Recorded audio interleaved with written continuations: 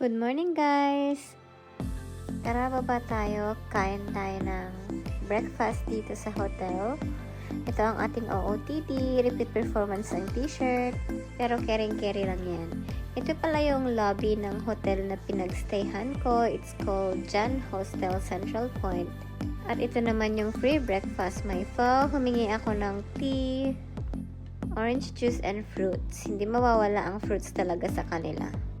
Ito ang pinaka-first higop ko ng pho. Ang sarap guys, sobra. Bali, pork yung in-order ko na pho. Tapos yung meal na binigay nila, may kasama na rin fruits.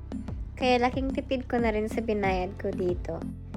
Habang kumakain ako dyan guys, nakikinig ako sa kabilang table kasi nagsasagutan yung dalawang katabi ko. Kaya nakichismis na rin ako habang breakfast ko, diba?